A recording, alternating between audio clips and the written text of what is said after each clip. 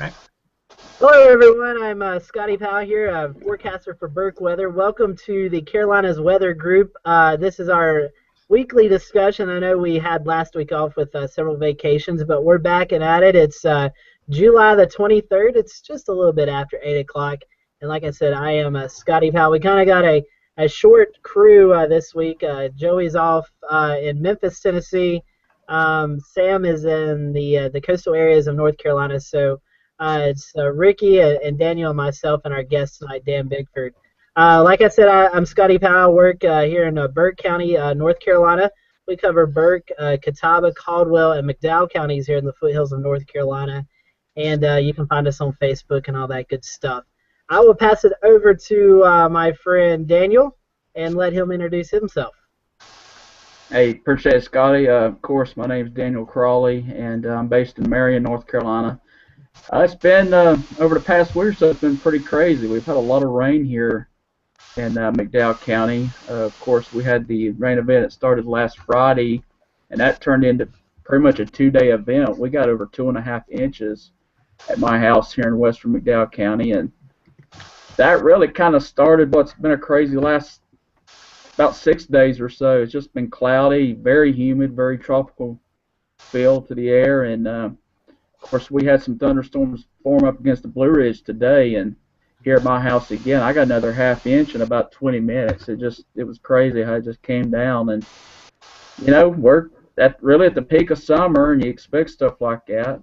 But looking like tomorrow, we're probably going to get some more thunderstorm activity, and then another trough coming into the east, and I'm just amazed at how wild the weather's been here about the last month or so. We've had some rainy spells, and we've had some abnormally cool weather, and it looks like we're going to go through that rotation again.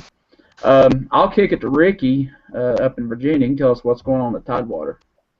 Yeah, it's really been a comfortable kind of few days here, Daniel. Thanks for introducing me. I am Ricky Matthews up in Hampton, Virginia tonight, usually in the Charlotte area, where it's been a little more interesting there. We had some flash flooding a few days ago from some very heavy rainfall that fell across the Charlotte area. Some areas towards Mint Hill and Matthews got over 5 inches of rain in just a few hours, and that caused one of the rivers in our area to actually reach record flood stage. So bad situation around there. But for most of the areas in eastern Virginia, it's been calm. And for the Charlotte area, too, most of the storms today have stayed to our west, and we really haven't had to worry about a lot of it. But I think that's going to change tomorrow as the front approaches and we see some more stronger storms pop up, especially across eastern Carolina and portions of southeast Virginia as well, which is where our topic tonight may come very handy. Joining us tonight is Dan Bickford from WSPA News down in South Carolina and a small portion of western North Carolina. Dan is a meteorologist down there at WSPA 7 News on the weekends, I believe, Dan, right? Yeah, used to do mornings, but being up at 3 in the morning every morning kind of got old after did that for almost 10 years, actually. So went to weekends and then do other reporting on weather and environment. We do a series called Go Green, so I do that during the week and also just help out during times of nasty weather. So a little bit of everything here and there, which is nice for me because, first off, I'm not up early in the mornings as much, and secondly, I get to do a little bit more of what got me into the business in the first place, a lot more actual meteorology and kind of getting out in the elements. So that's been very good. I've been at WSPA since 2001. Of course, our station is actually located in Spartanburg, South Carolina.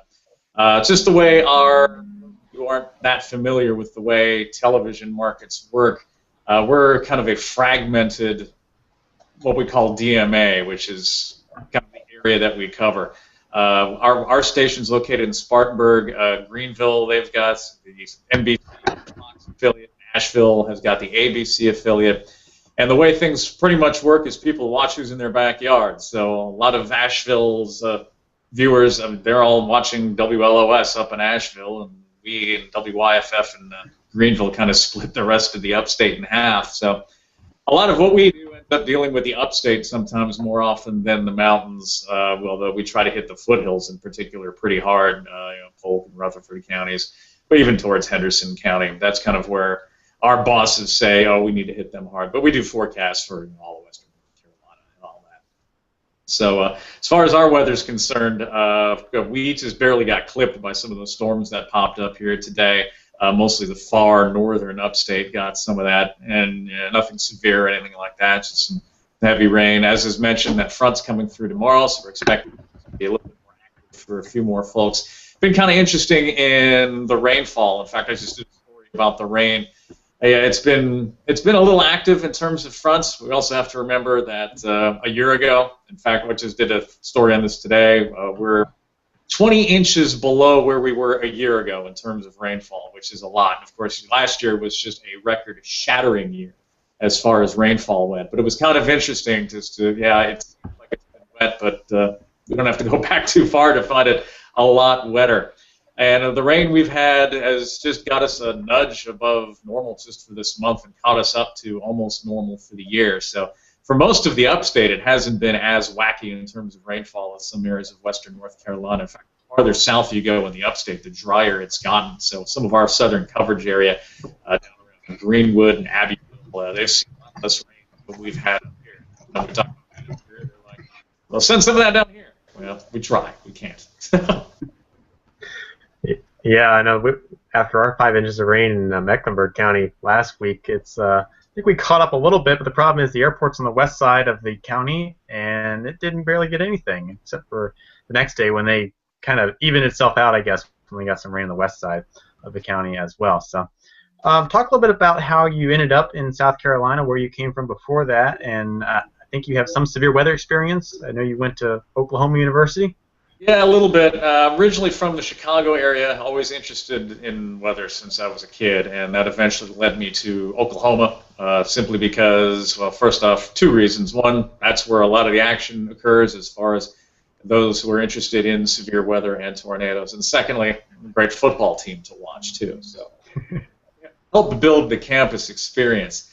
Was down there, got my bachelor's degree. I decided I wasn't quite ready to go in the real world yet, and hung out a few years to go ahead and pick up my master's degree.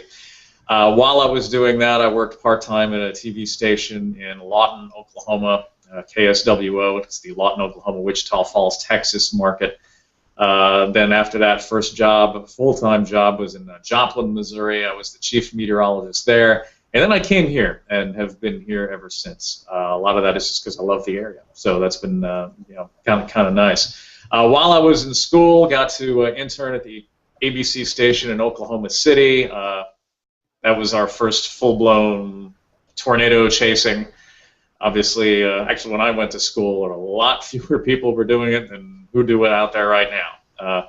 It's amazing how technology has changed, and the fact that anybody can go out there and either on the phone or a computer or whatever they've got, you can pretty much get weather information just kind of at your fingertips, as opposed to when I was in school when it was a little harder to come by. I have noticed that it has led to a certain kind of chasing that I find kind of appalling. It seems that more and more there are chasers and even meteorologists, you should know better, who are spending so much time staring at their technology, I'm actually looking out the window and seeing what nature itself is actually doing in real time, as opposed to looking at their phone and getting their radar updates that come in every 5 minutes, and they're missing the show out there. And that's where people get hurt. And of course, we had the issues in El Reno, Oklahoma last year. I don't know how much of that was a part of it, where people were relying too much on technology. I'd like to think, based on who got caught, that that wasn't the case. But back in the day, when people did not have the technology, how to use their eyes, how to use their instincts, their common sense, people were safer and not as close to some of the storms. Granted, for video, and that's what we're all about now, it seems. Got to get that video up on YouTube, but it's just kind of interesting that we've had more issues with chasers since people have been spending more time staring at their technology and not looking out the window and deciding, hey, I see this happening, and we need to move now. I'll tell you a personal story about that. Sam Robeck and I, who can't join us tonight, he's busy with something else, but we were in Eastern North Carolina earlier this year, me and a few other UNCC meteorology majors, and the person I was with, Thomas Weinstead, he has storm chasing experience. He's been out to the plains, and this was kind of my first or second really rodeo with it. But it was interesting to me, his idea of being safe and close and my idea of being safe and close, because I look up and the funnel cloud's about 3 streets away from us moving the opposite direction. I'm like, I'm not so sure we're in a safe place here. And he's like, oh, we're fine, it's moving away. I'm like, okay, yeah, I'll trust you. So,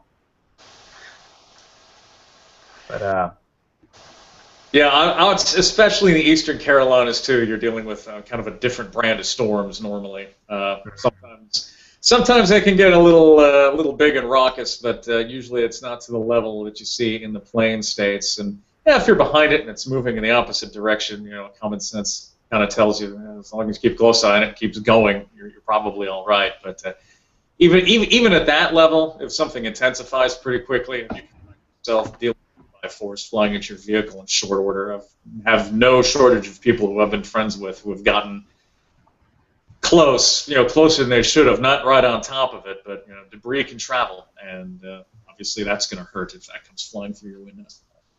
I wish Sam was here because he could tell the story about getting caught in the RFD on the backside a lot of times and what happens with that. But going off topic a little bit, let's go back to the main reason we brought you on, and that's to talk about a new radar capability the Weather Service is starting to roll out called SAILS, and how that may help you in your job and help all of us in the enterprise as well.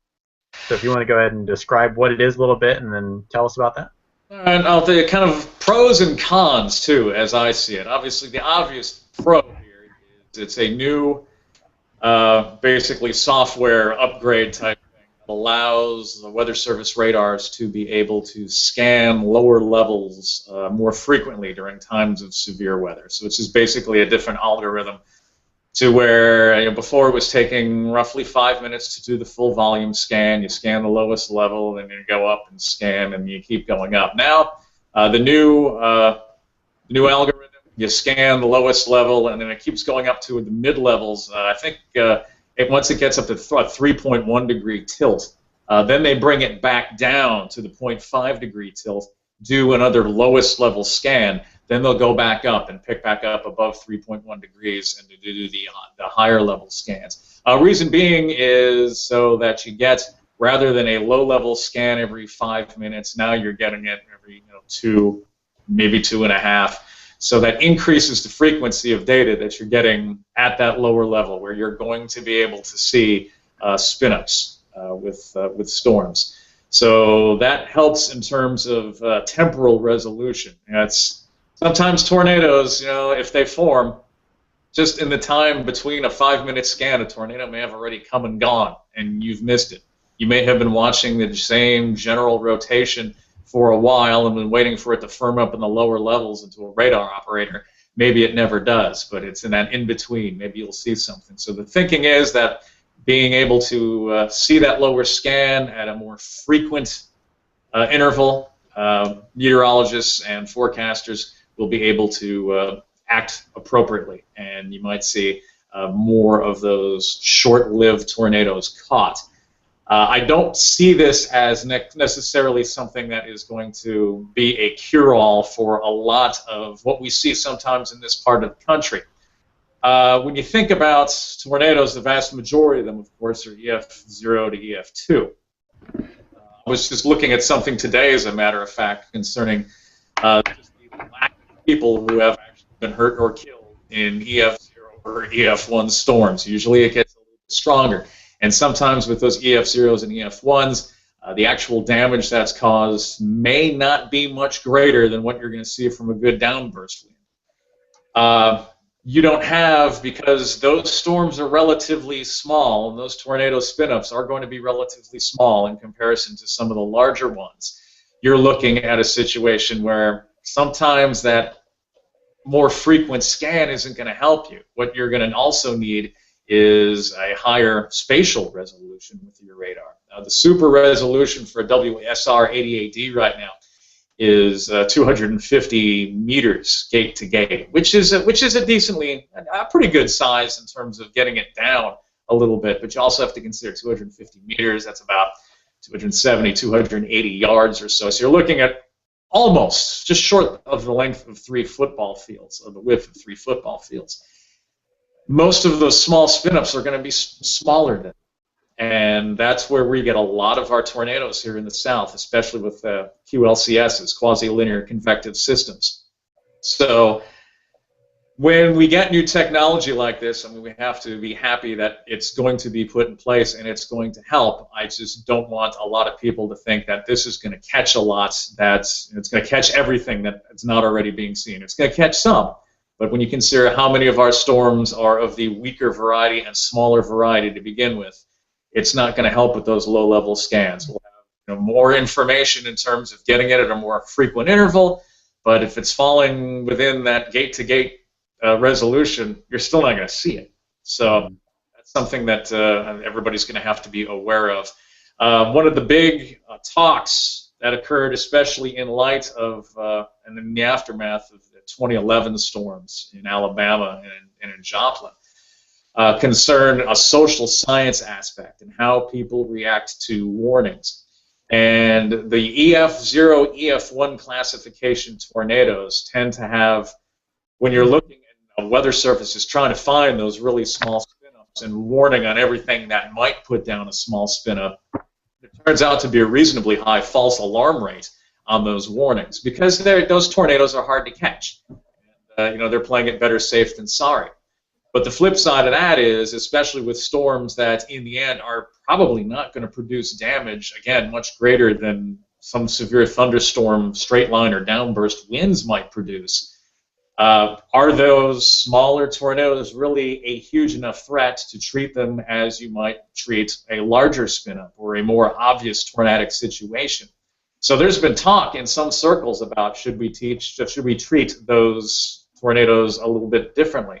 Should we even bother trying to should a radar operator at a weather service office even bother to try to catch all of those small spin-ups? Because what you do is you just end up releasing a bunch of warnings and this is bigger, it's more of a deal in this part of the country than it is in the plains, for example, where our tornadoes typically are pretty dinky.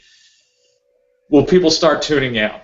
And that's the last thing you want, is for people to go, oh, there's another tornado warning for something for, quote, radar indicated, and it's not going to happen. Nothing ever happens. And that's the attitude people have. And then one day something happens, and they claim that they were never warned. We see stuff like that happen all the time. So there's just a lot of interesting aspects to that in terms of, yeah, there's a lot of technology trying to forward these things, but are people ready for it? Do people really need that sort of warning? There's a study that was done recently by some people at the Center for Analysis and Prediction of Storms in Norman concerning the fact that they were looking at what would be an optimal heads-up time, an optimal lead on tornado warnings. And after doing their research, what they found is, for many people, it's pretty much close to what the average lead time is now, and that's about 16 minutes. For some people, it went up to maybe half an hour as what they would consider optimal lead time. Researchers and folks at the National Weather Service are gradually trying to change some of their warning schemes a little bit to something called warn on forecast. That is their goal, to be able to, through numerical modeling, to be able to maybe determine well before tornadoes form. Maybe you've got two storms that show up in the numerical models, in the mesoscale models, and the models say, hey, the southern one, this one is going to eventually grow up and produce a tornado. If scientifically, if you could predict that sort of thing an hour in advance, well, that's fantastic. The problem is the social science aspect of it. If you give people an hour's worth of notice, at what point do they decide, I got plenty of time. I can run to the store. I can go here. I can go there. How much heads up time is too much? So there are a lot of different pieces and parts to that. I'm probably getting a little bit off track here, but there's new technology going in. GSP's up and running with it.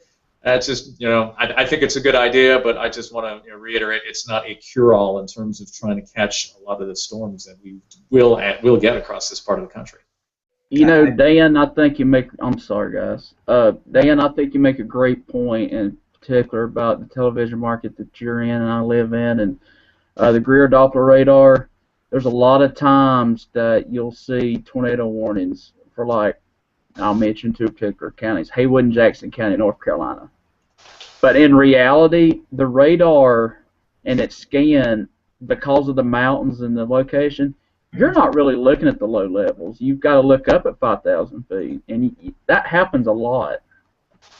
I do believe GSP, and I'd like to think they're doing this, after having actually had a chance a couple months ago to actually go down to the National Weather Center and spend some time working with the AWIPS programs, which is the stuff that the Weather Service people use. The chance that, stuff that us as broadcasters don't have a whole lot of chance to use because we don't have that. Just to see what they have and the tools and how they can go ahead and interrogate and break down storms. And it was kind of an eye-opener because I saw some things that they deal with that we don't necessarily have to deal with, and they get products in real time that sometimes we have to wait on a little bit. But what was interesting, and I hope they're doing this at GSP, is you've got to make sure, and this doesn't help, in terms of that lower level scan. But I've noticed, many times that you just lose a big piece of that off the GSP radar. But sometimes you're better off looking at the Morristown, Tennessee radar. And through a combination of both of those, maybe you can put a pretty good picture together as to what's going to happen. Certainly because those two radars are going to be on different scans. You get the GSP lower level scan in 1 minute, and then get Morristown the next minute. And if everybody's in severe weather mode, you get the GSP one a minute after that. So if anything, you'd get a pretty good idea, sweep to sweep, as to what's going on in there, which would be of great help. But again, as you mentioned, that lower scan has been a problem just in terms of plain old precipitation detection in the mountains, let alone looking for any spin-ups. And I want to go... Go ahead, Ricky. I'm sorry. One of our viewers, Andrew Ferdahl, has been commenting on YouTube. First asked us if we watch these comments, and so yes, we do. They pop up in my side feed, and he brought up a good point, which is the March 3rd, 2012 Harrisburg, North Carolina tornado, which is when we had a small spin-up tornado in the QLCS line form in eastern Mecklenburg County, and the terminal Doppler picked it up. The GSP radar did not, and there was never a tornado warning for that. And so, Dana, you mentioned the meters and the gate-to-gate of the 88Ds. Or do you have any idea what the terminal Doppler is? I'm not sure what it is on that, actually. But the thing is, GSP also has access to the terminal Doppler information. So something that would be picked up on that, you would assume that they would, act on. Again, how much of that did they see? Obviously, I'm not aware as to what they were looking at. At that time, I actually had an intern who was, believe it or not, because I was still doing mornings at the time, who was once a week driving from the east sides of Charlotte. He was a student at Charlotte, a meteorology student, and he would drive in the middle of the night out here to meet me at 4 in the morning, which incredible dedication. But he didn't live all that far away from where that happened. And again, it's a situation where you're dealing with a small spin-up, and mistakes are going to be made in terms of picking that up. And people are going to complain on how come that tornado wasn't picked up. And that is also one of the reasons why, from the social science aspect of it, there's a lot of meteorologists and researchers who say, well, should we be looking for all these small spin-ups? Then you wonder what happens when, because for the greater good, we shouldn't be telling people all of this because it's not going to hurt them. And then people see all this damage, and you know how they are, whether it's a tornado or not. They insist it was a tornado and wonder why they weren't warned about it. So it turns into bad PR. Mm-hmm. That intern's name wasn't Garrett Beatenball, was it? No. Okay. Making sure, because Garrett went to our school, because I go to Charlotte now, and so I probably know whoever that intern was. But that was his senior year, I think. So he was, he left shortly thereafter. So. Gotcha. All right. So you mentioned how you don't think this is a save-all, and we've seen all the news articles about this saying, this is going to save thousands of lives and other news-type headlines like that. Comment on that and your thoughts on those headlines, and if they hold any truth or whether it's just a bunch of news inflation. I think thousands may be pushing it a little bit. Obviously, anytime you get a quick spin up on a storm that's going to turn into a larger tornado, any extra lead time you can come up with is going to be helpful. Obviously, you're also talking, if you just go straight by the fact that, okay, we had the lower level scan, now we're getting another one at half the time. I mean, just taken right off of that, that's a 2.5 extra minutes of lead time, which doesn't seem like a whole lot, but for some people, that may be just enough and make the difference between knowing something's coming or something or not knowing. It may be the difference, and in fact, I'm thinking back to the Joplin tornado. That, especially looking at the chaser video of that, that went from nothing on the ground to a wedge, unbelievable short period of time. And just to be able to see something like that more reliably. Granted, there was already a warning out on that storm, so it wasn't like people were caught off guard in terms of there not being a warning in that storm, and people had plenty of lead time on it.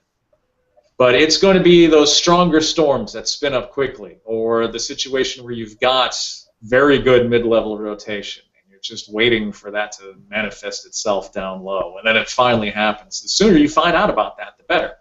It's going to be those larger storms and the storms that have the highest potential to cause damage or injuries or death that will help on, because you'll have that little bit of extra lead time. Everything a little bit helps. But you know, my point is, just because you have that, that doesn't mean you're going to see all the little guys. And around here, you know, as you mentioned, that is probably our greatest enemy, are those little QLCS tornadoes. And you mentioned the theory that a lot of people have, and I know James Spann's mentioned it many times. I've heard him say it about not even warning those. What's your comments on that, and do you think that's a good way to go, perhaps? I personally agree with it. That allows meteorologists to maybe spend a little bit more time on storms that deserve a little bit more attention. Assuming all the social science studies that have been done to this point are correct, and they say that by warning on everything that we're creating an insensitivity to warnings, and in the long run that's going to cause more problems and apathy and lead to more injury and death, then yes, that's a good thing, and that's something I'm very much behind, actually. Do you think, though, Dan, maybe regionally, because you were just saying maybe it would give the meteorologists more of a time to look at a bigger storm, but around here a lot of our storms are mainly the same, whereas in Oklahoma and Nebraska, you know, you have your big supercells and then you may have your little small spin-ups. So maybe you could touch on that, maybe more regionally or situationally to the specific regions, or in general just not warn on the smaller storms. A small spin-up is going to be a small spin-up, whether you're here or you're in the Plain States. Obviously, a meteorologist on duty at the Weather Service is going to have a situational awareness. You're going to know if it's a QS situation. You're going to know if it's a supercell situation. I would believe that in a supercell thunderstorm, if you're getting, I think the bar is going to be a little bit different, actually, because it may be a brief or small spin-up, but the potential for something larger may be there. So they will be more likely to warn on something in that situation, as opposed to just an embedded kink in a line that's moving on through.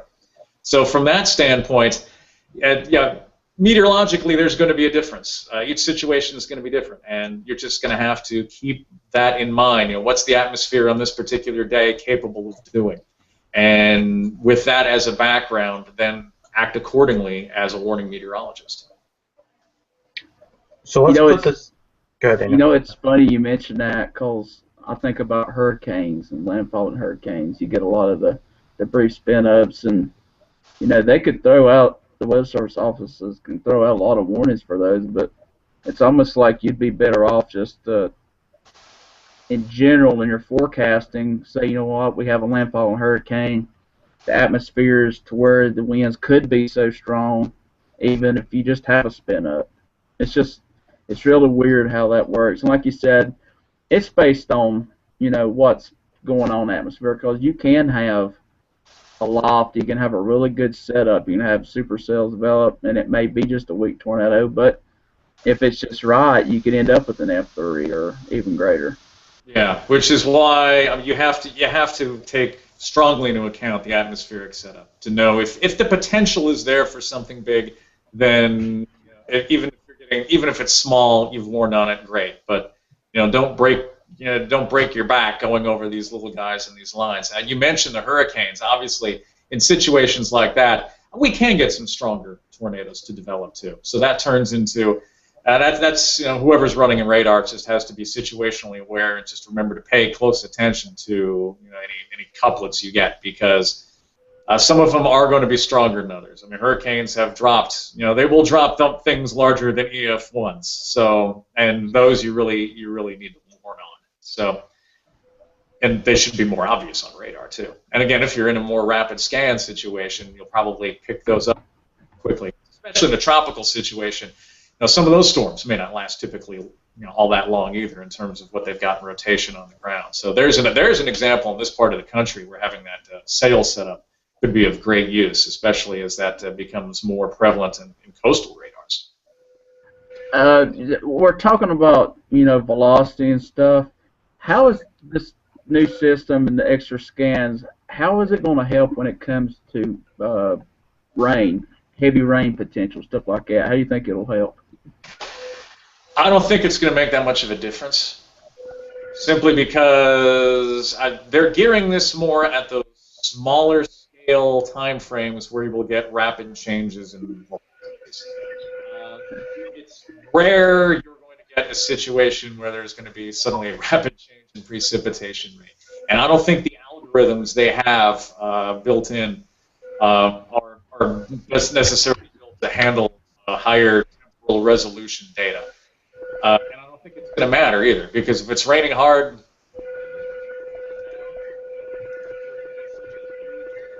fall a few minutes from now, probably not. That tends to be a little bit steadier state. Doesn't mean there won't be a change, but 5-minute data on that is going to probably get you just as much information as higher resolution data in time. What about with wintry precipitation? Same thought on that? In terms of the upgrade, I don't think that's going to mean anything for wintry precipitation, simply because we are just looking at the lowest level, and all that's just going to tell us is where it is. At that point, it turns into more of the some of the newer products in terms of finding where the melting level is. Things that are going to happen a little bit higher in some cases than that initial ground scan. Now, granted, that 0.5 degree scan, especially in winter, depending on where the melting layer is, you're going to hit that. But again, how much is that going to change over the course of 2 minutes? Probably not. That's pretty steady state too. That's the type of thing that's going to gradually creep up or down with time, and there's not going to be suddenly any sudden drop.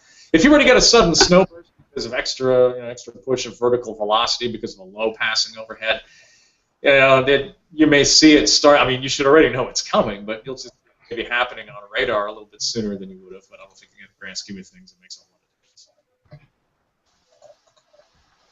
Let's comment on the other upgrade that most of the radars got, and that's Abset. Dan, can you comment a little bit on that and what that is?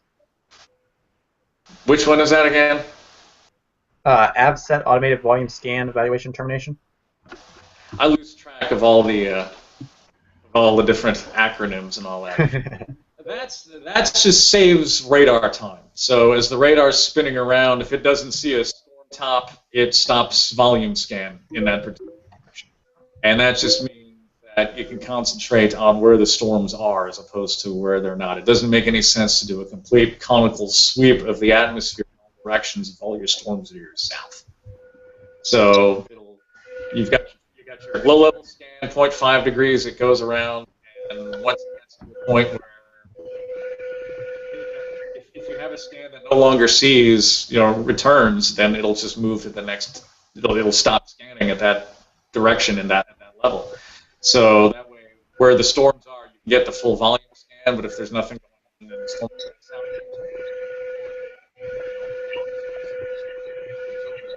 Where the action is. I think we're having what that does is obviously that kind of speeds things up a little bit too, and it's technology like that also helps with the SAIL too, because now you've got extra time freed up. We're not doing that full volume scan anyway. What's easier to come back around at a low level scan.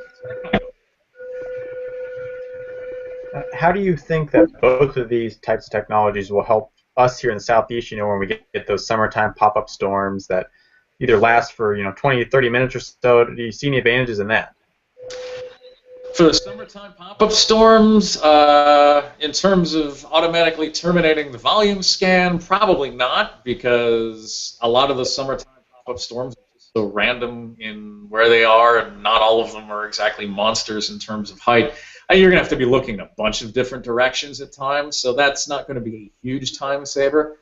Having extra low-level scan, though, with SAIL, that could help. And I'm thinking here, especially in terms, that's the Weather Service put out. Mostly dealt with tornadic situations. I think you've got a little extra lower-level lead time in fact that you may be getting some strong straight line winds coming to the ground. That may be a situation where maybe there's going to be a localized severe thunderstorm warning for an impending downburst that may come out a little bit sooner than it did before. Those are tricky in pop-up storm situations, simply because when a storm like that happens and it collapses, it can put out quite a bit of wind in a very localized area, actually. And when that happens, you'll have a severe thunderstorm warning for, let's say, Rutherford County, North Carolina, for a storm where the actual wind danger out of that storm is going to be just such a small radius in comparison to the rest of the storm, to where a lot of people who are in the warning polygon never get close to severe thunderstorm criteria winds. But as a radar operator and a Weather Service forecaster, you've got a warrant on it. You're pretty much stuck. And it's just, it doesn't make sense to make a polygon that's only 5 miles across and the length of the storm. You got to give yourself a little bit of wiggle. So I think that could help in that situation a little bit. At least the more you know what's going on in the lower levels in the thunderstorm situation where you've got changing winds.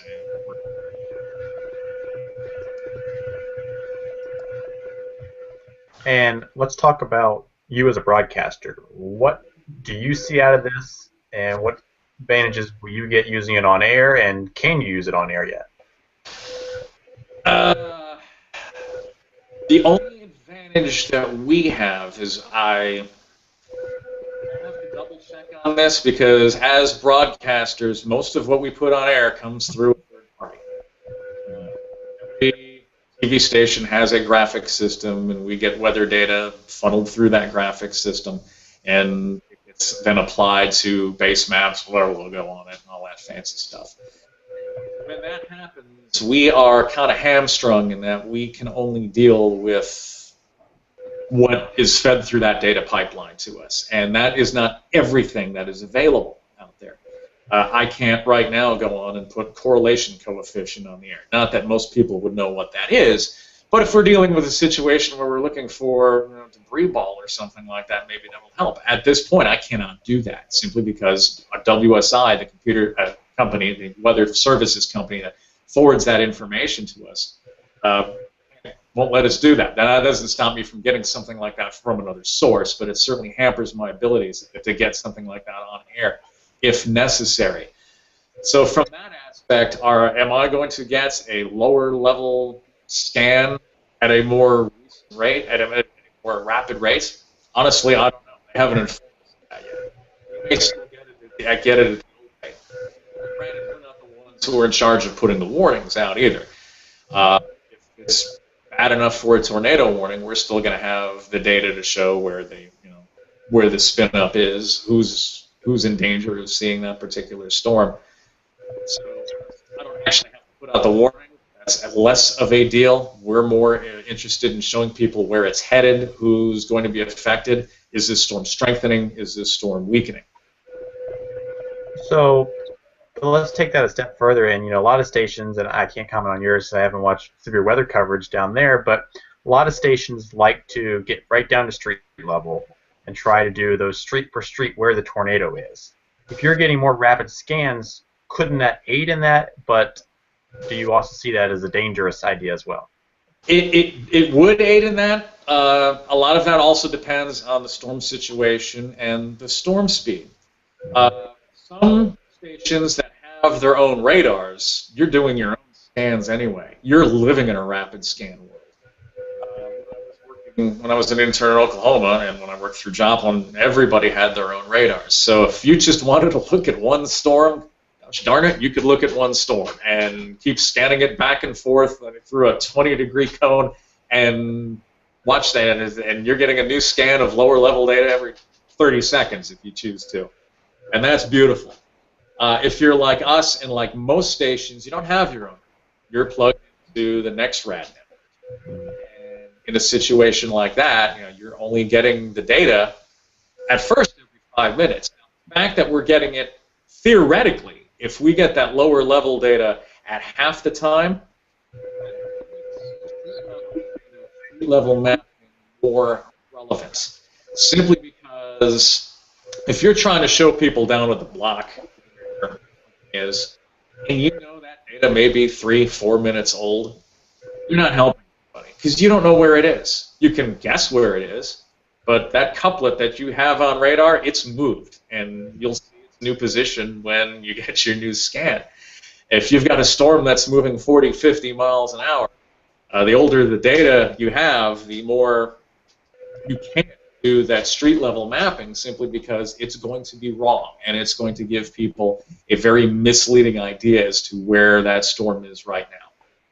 You have the data at a quicker interval, it'll help, and it'll help mitigate that to some degree. Again, though, you're hurt by storm speed. If you've got something that's just tooling along at 15 miles per hour, it may not be as bad. If you've got a QLCS, for example, there's a lot of storms moving at 60 miles per hour. Anything short of being able to show live radar might give a bad idea as to just where exactly things are. So you kind of have to be careful as to how far you zoom in. And speaking of that, Dan, what is your station's policy on warnings and stuff like that? I know some stations, they kind of just come in for a couple of minutes, talk about it, and then go back to regular program. What is WSPA's policy? Depends on which way the wind's blowing sometimes. It's obviously any station policy is get on. There are some stations, and I'm not going to name anybody, but there's one in our market in particular that does this. They will stay on with it as long as that warning's out. We try to be a little bit more judicious than that because a tornado warning, any tornado warning could be a tornadic storm, obviously, and that could affect somebody. But you have to also, it kind of goes down to chasing spin-ups too. Do you stay on air nonstop for 45 minutes for a QLCS that may or may not be producing a tornado, and you're getting radar data every 5 minutes, so you can't exactly be showing live data all the time? Do you stay on air for that length of time for that? What's there to gain? Because now you're back to now people are all because you're talking about a storm that may or may not be producing a tornado, and I was supposed to be watching CSI, and now I'm mad at you guys. However, and where that storm is, makes a difference too. If the thing's sitting out over, a forest somewhere, you're going to be less inclined to stick with it hard, as opposed to if that thing's headed for a population center. Mm-hmm. So we try. No two situations are the same, and no two weather situations are the same, and we have to react accordingly. So we're on as soon as we can, as soon as that warning's issued. What happens after that is going to depend on where the warning is, how strong is the storm, what is the weather situation. If we've got a supercell headed for Greenville, South Carolina, we're going to stay on as long as we can, because that's going to be a situation that needs to be monitored. If it's a kink in a QLCS and it's cruising through the DuPont National Forest, we're going to keep an eye on it. We'll cut in, say what we need to say, get out. We may be on again in 10 or 15 minutes or less. You just kind of take that as an as-needed basis. There's new information that comes in, and you've got to act on it, or if we see changes that we think we need to act on, we will. If that warning's issued and it looks like the storm's falling apart in 10 minutes, and it's one of those situations where we can't figure out why the Weather Service is letting that warning run for which happens, we're not staying on the air for that. Yeah, I agree with you on that about the where did that warning come from, or why is that storm not warned? We get that a lot, especially with our local market. We see up here in the foothills. But I was just wondering about that. We do some stuff up here in the foothills. We kind of stay on just because of our past. We had the EF2 tornado that came through eastern Burke County in January a couple of years ago, and it's kind of scared people into now that they want that coverage. But I know every station and every market is just kind of different. So I was just wondering with WSPA what you guys did down there. Yeah, we've got 4 stations in the market. Overall, ABC, CBS, NBC, and Fox. 3 of the 4 pretty much stick with cut in, get out, and then if you have to stay on because it's a bigger situation, you stay on. If you have to cut in again for the same warning just to give an update, you do so. One station tends to linger much longer than they should, and even if the warning should be over but the Weather Service still has it out, they'll stay on the air. Gotcha. I got a good feeling I know who it is, but I won't say anything either. So, Dan, what is because where I live at in Burke County, we're on the very fringe. I mean, we pick you guys up, but we're not necessarily in your forecast area. What is the forecast area for WSPA? What is the range of that? The eastern boundary actually technically is McDowell County. So we'll talk about Marion, but when I first started here, we used to do more with Burke County, and we used to talk about Morganton a little bit more. In fact, also used to talk about Cleveland County a little bit more, but they've kind of hardened that up a little bit. It's just kind of like, and a lot of that is, they'll tell us, that's nobody's watching us there, or there's so few people watching us there in comparison to somebody else. There are a couple people who, I can pick them up, so I happen to watch them. But technically, they're in, say, the Charlotte market, so we don't necessarily have to pay a whole lot of attention to that because technically that's Charlotte's problem. But so on the east side, basically, it runs Rutherford up to McDowell County, and then Yancey, Mitchell, Avery, we kind of waffle on. Some of our maps that we get from our bosses have it included, others don't.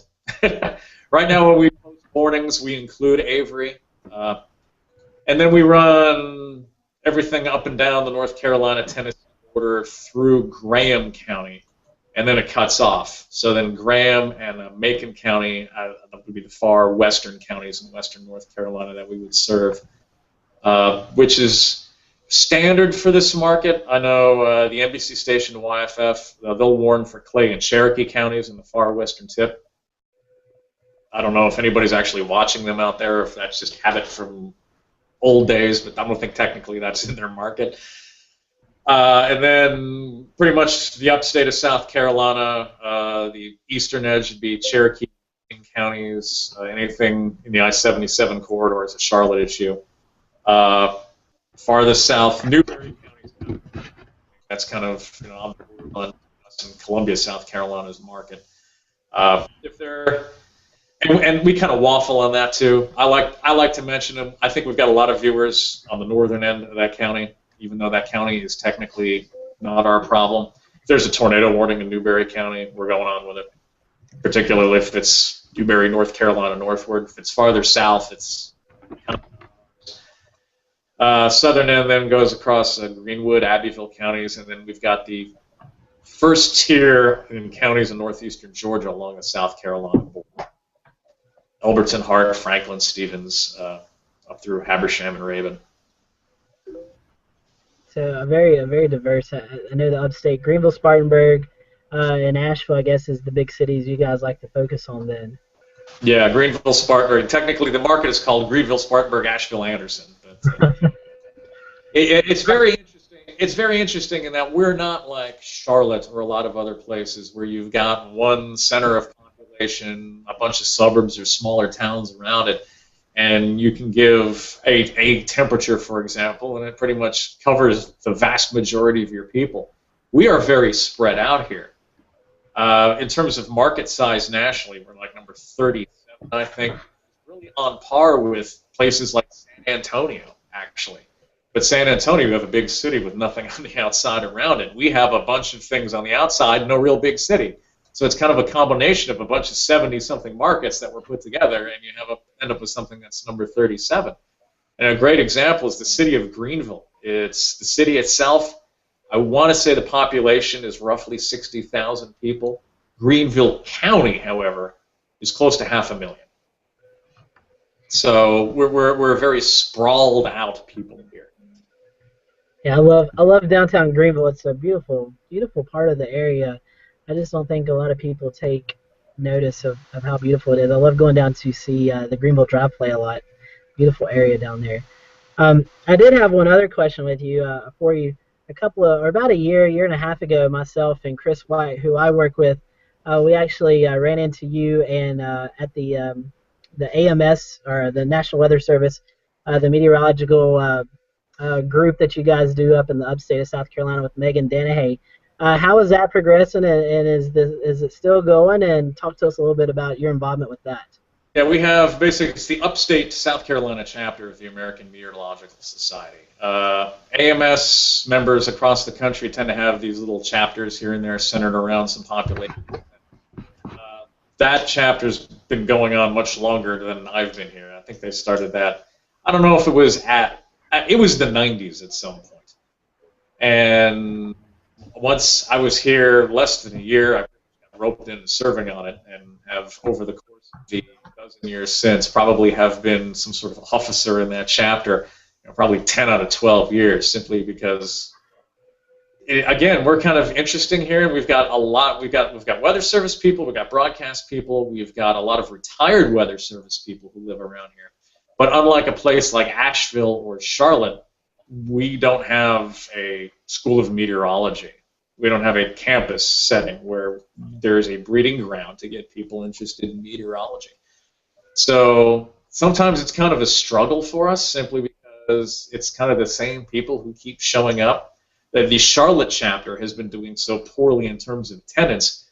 We've been getting people who live in Charlotte who have been coming to our meetings because things are falling apart over there.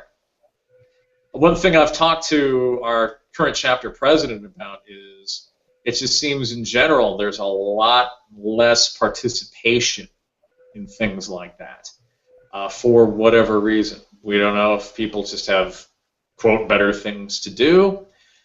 We don't know if it's because there was a point where that was kind of, at one point, your one sense of community as far as weather and meteorology came up.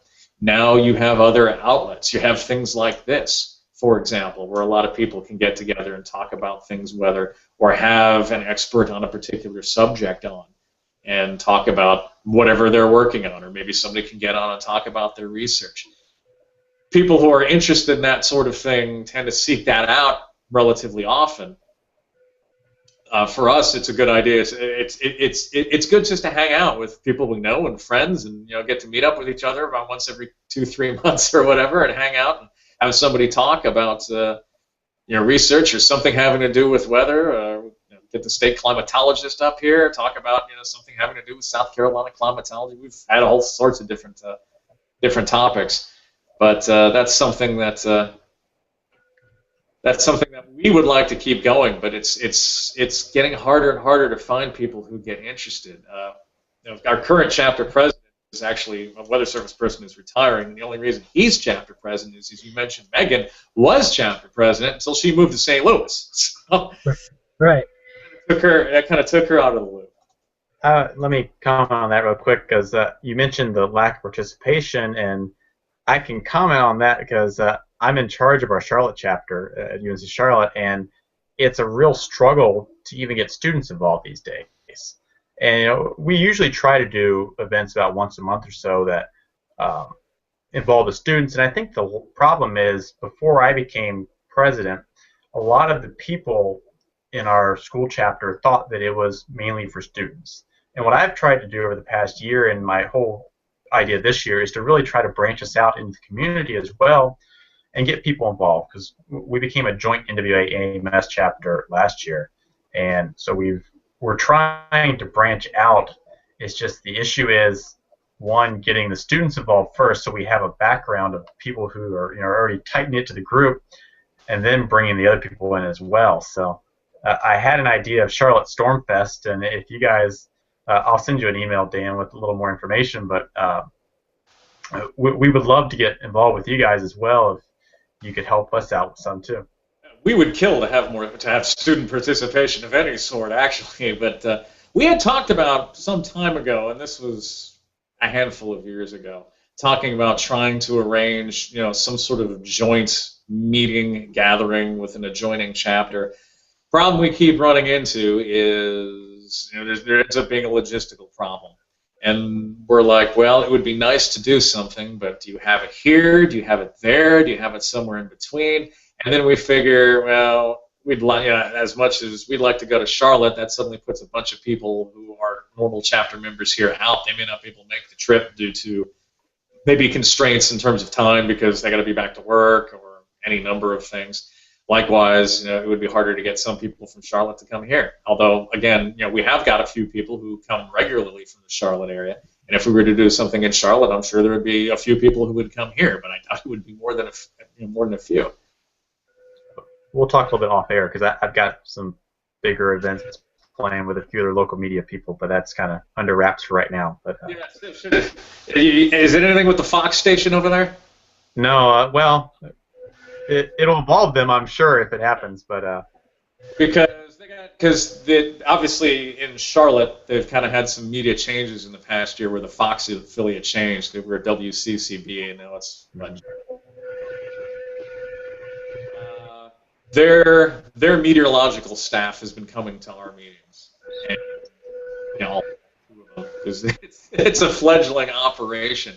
Their chief, Rob Eicher, he has been involved in some national AMS stuff before in terms of the AMS broadcast board, as have I in the past. So I'd run across him in previous excursions. But he's gung-ho about that sort of thing. So anything that would be going on in the Charlotte area and geared in the Charlotte area, he would probably be more than happy to assist with. Yeah, Brad Panovich and I and Rob have talked together. I actually visited Rob a few weeks ago. I was just elected the AMS broadcast board student member after talking to Rob and getting involved with that. So he's in talks about some little event coming up. So. Okay. Any other questions for you guys here? We're getting close to 9 o'clock, so. Oh. Yeah. Dan, I was going to let you. I know you're fairly active on Facebook. Even though I'm not in your forecast area, I do follow you on Facebook. Maybe kind of talk about that and tell our audience how they can get a hold of you or follow you on Facebook and all that kind of good stuff. And don't get me too started on the Facebook thing. In fact, the AMS, our last chapter meeting our chapter years generally run from September through May, and then we take a summer break because everybody's usually off and then reconvene in September. I actually spoke at the last chapter meeting we had in May, and the topic was directed at social media, particularly with respect to our weather from this past winter, and just putting out fires when it comes to rumors. So social media is kind of it's a necessary evil, but it's something that we have to embrace, but at the same time it has its limitations. And rather than try to put, at least with me, I try to include some fun stuff. I don't want it to be constantly nothing but forecasting, because there are 8 million other ways to get that information. And a lot of there's some people. Time there's a big storm going somewhere or warnings for somebody, they will either be there on Facebook, just have it automatically feed to their Twitter and Facebook account. Facebook, because of the way it's constructed, is a bad way to receive weather information like that, because everybody's news feeds are going to be ordered differently, and there's no guarantee that if we put out a warning and send it onto Facebook, that somebody's going to see it in the time they need to see it in. So Twitter's much better for something like that. So Facebook, kind of have fun with. If I'm there when there's weather moving through, I may comment on it. But if we have severe weather moving through, I'm not one of those people who is on every 30 minutes explaining, oh, here's what's happening. But if something big is going on, I'll go ahead and put that out there. And it also covers me, too, because I'm one of those people who, if I'm on vacation, I don't necessarily like to be getting on the phone, looking at a radar picture from my coverage area if I'm 1,000 miles away, and saying something about our local weather when I'm not actually here. I don't, simply because I am not taking the time to watch the weather. I'm somewhere else. I'm on vacation. All I may have done was just check something on the Weather Service website, take a couple radar pictures, and go, oh, yeah, that looks kind of bad. So I think that's kind of doing people a little bit of a disservice as well. So it's just a way to reach out and say something or get some thoughts out there. It's a way for people to get thoughts to me. If you just search Dan Bickford WSPA, you'll find me, and I'm there. That sounds good. Dan, thank you so much for being on, and we'll kind of wrap up here. We don't have Joey's rant for the week because he's not here, but he is in Memphis, Tennessee. I think his wife made the top seller for Barnes & Noble bestseller list this month, so they're doing some kind of conference in Tennessee. So he's not here for his weekly rant. So I'll kind of open it up to you guys. Anybody have any closing thoughts or comments before we head off the air?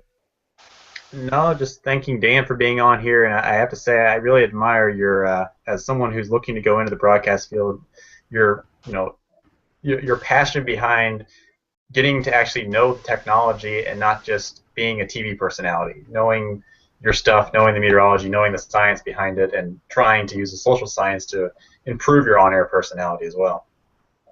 Yeah, it's just something that I've always, it's the weather geek in me. And again, that's part of, having stayed around and gotten a master's degree and all that. There's part of me, there's always a part of me, actually, that kind of wishes I was not doing research occasionally. If there was a way I could get involved with projects like that on a more regular basis while I was here, I'd love to do it. And in May, in fact, when I went to the National Weather Center in Norman, it was part of the hazardous weather test bed that they have every year down there. And for the first time ever, they invited some broadcast meteorologists to participate. And basically, it's just an evaluation forum for new products they're working on that will eventually get to Weather Service forecasters and maybe eventually get to the rest of us. But it's new ways that they can look at storms, not only in terms of interrogating the storms to determine whether or not severe, but even just it. And I was lucky enough to actually be the first broadcaster to participate in that, and learning opportunity. I learned more in 4.5 days doing that than probably the past 10 years being here. It was fabulous, and I like doing that sort of thing. And unfortunately, other than something like this, there's really not that much of an avenue to get out to a lot of other people. And I know you guys. I know we have a guest that we can bring on next winter season to help us dismiss all the rumors that we have to deal with on a week-to-week basis in the wintertime. So, yeah, that's I know we all had to go through that. So, Dan, we really do appreciate you being on tonight. Next week, I don't know what the topic's going to be, but I know the following week after that, we're going to have John Michaels, meteorologist up at Tri-City, Johnson City, Tennessee. He's going to be on this show talking about precipitation probabilities and why 30% of rain means it's not going to rain at your house but somewhere else. And kind of decipher all of that. He's going to talk about that. We're going to try to get Ed, I can't pronounce his last name, from WPDE in the Myrtle Beach area to come on as well. Ed Piotrowski. Yeah, that guy right there. We're going to have him. And it's 20th, I think it's 20 years at PDE down there. Of course, he went to NC State, so that in itself makes him a good guy in my book. So we're going to have both those guys on the show to talk about that, why it may rain in one area and not the other, and kind of you don't have to vent your frustrations out like some people do. But Dan, thank you so much for coming on. We'd love to have you back on anytime if you're available. Hey, keep me on the emailing list. Let me know what's going on. Like I said, I can't guarantee that I'll have a super amount of availability. Sometimes week to week, I don't even know what I'm doing until we get that week as far as my schedule's concerned. But I'd love to at least keep tabs on what you guys are doing, so I'll have the opportunity to kind of dive in if and when I can. Awesome, that sounds great. So we'll put you on our circle and have you hopefully come back as a returning guest. So for everyone, I am Scotty Powell. We're going to thank you for coming on to the Carolinas Weather Group discussion tonight. Hope you have a great night and a great week, and we'll see you next week. Take care.